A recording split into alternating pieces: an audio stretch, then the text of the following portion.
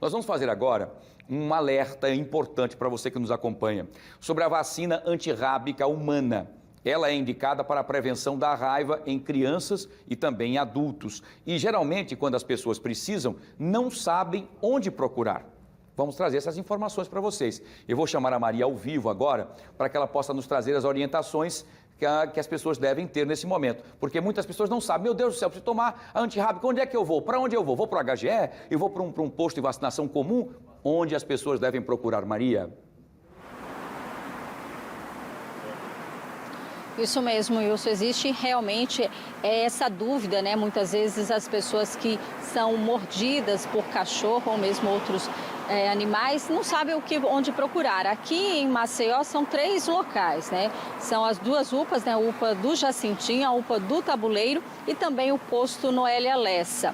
Agora, como fazer, né, em casos de mordida? Quais são as principais orientações nesse momento? Aqui do meu lado está o Carlos Eduardo Silva, que é técnico de zoonose da CESAL, para falar um pouquinho sobre isso, né? A pessoa foi mordida, então, por um cão, né? Qual é a primeira orientação para ela?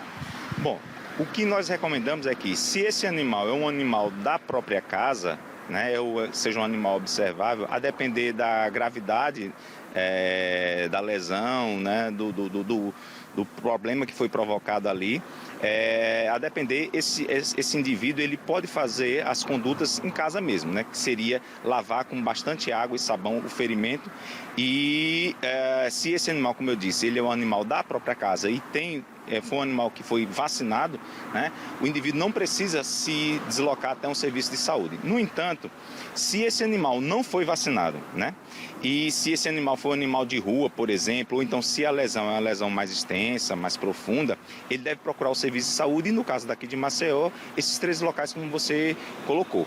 É importante que nós destaquemos para a população que nem toda agressão provocada por um animal, ela exige a adoção de condutas com aplicação de soro e vacina, né?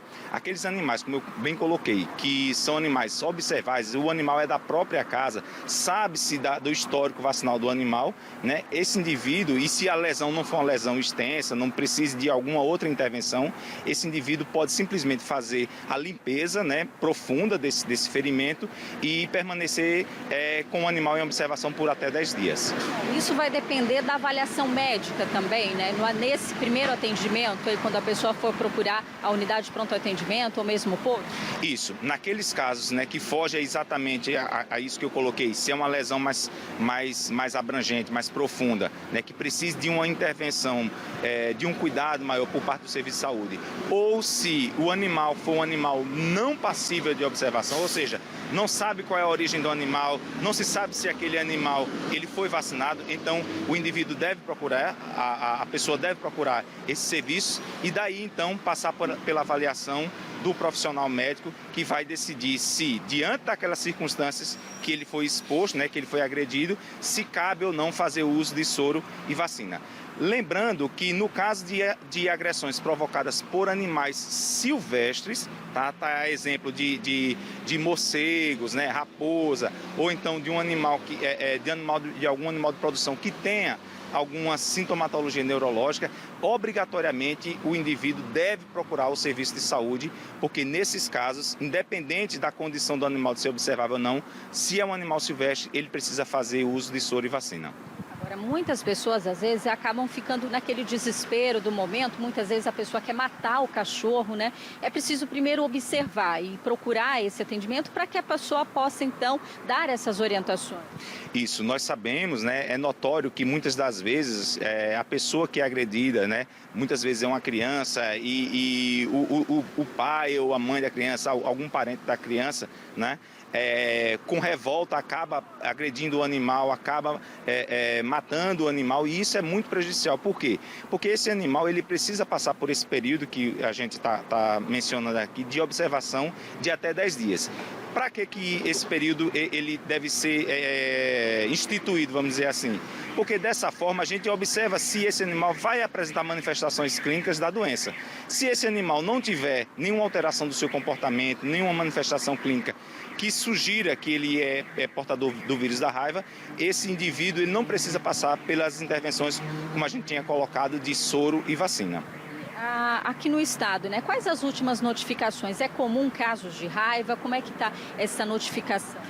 Nós temos uma situação, de certa forma, confortável em relação aos animais domésticos. Tá? Nosso último caso de raiva em animal doméstico, né, no caso de cão, né, o cão ou o gato, foi em 2020, né, mas nós temos o vírus circulando de forma bastante expressiva no estado. No entanto, em animais silvestres, sobretudo morcegos, né, e em animais de produção que são atacados por morcegos hematófagos. Então, bois, cavalos, cabras, que porventura no seu ambiente de natural, né, que eles estão ali no pasto e tudo mais, eles acabam sofrendo agressões por morcegos hematófagos e se contaminando. Então nós temos a notificação, a ocorrência de animais com raiva nessas situações e sobretudo em animais silvestres. E no caso dos morcegos, a gente faz um apelo à população, um alerta à população para que não manipule morcegos que porventura estejam caídos no chão, porque a probabilidade desses morcegos estarem com o vírus da raiva, né, e poderem transmitir a doença é bastante grande, é bem considerável. Obrigada, então, pelas informações, esclarecimentos importantes. Então, só lembrando, então, que a gente tem 3 pontos aí, 3 unidades que fazem esse atendimento e que tem disponível a vacina, que são as UPAs do Jacintinho e do Tabuleiro e também o posto Noélia Lessa.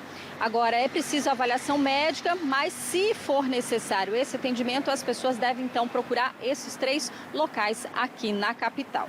É com você, Wilson. Muito bem, Maria, excelente essa prestação de serviço, porque é um assunto que parece simples, mas às vezes no momento em que a pessoa é atacada, e como disse o zootecnista, é importantíssima a informação que ele passou, se for um animal seu, da sua casa, que você tenha aquele controle das vacinas, ótimo. Então, observar e ficar tranquilo apenas, dependendo da lesão, que você pode lavar com água corrente, sabão bruto, naquele primeiro momento e depois procurar um médico rapidamente. Não é nada de passar nada nesse ferimento, né? Se for um ferimento mais grave, procurar, lógico, um médico para poder resolver o problema. E se for atacado, por exemplo, como ele bem disse, pelos morcegos, os saguins, que muita gente às vezes quer brincar com aqueles miquinhos que estão lá, eles dão uma bananinha, um negócio ali, e ele pode se assustar por estar com um filhote e morder, como aconteceu com um amigo nosso, mordeu. Mordeu, tem que tomar a vacina antirrábica, porque eles são animais silvestres e poderão ter transmissão da raiva. Tá aí, informação importante, prestação de serviço. Obrigado, Mônica, pela sua participação. Agradeço também ao zootecnista, aliás, Mônica, Maria Maciel, minha Olhos de Esmeraldas. Obrigado pela sua participação e agradeço também ao zootecnista também pelos detalhes e pelas informações e prestação de serviço importante aqui no nosso Fenômeno Fica Alerta, tá?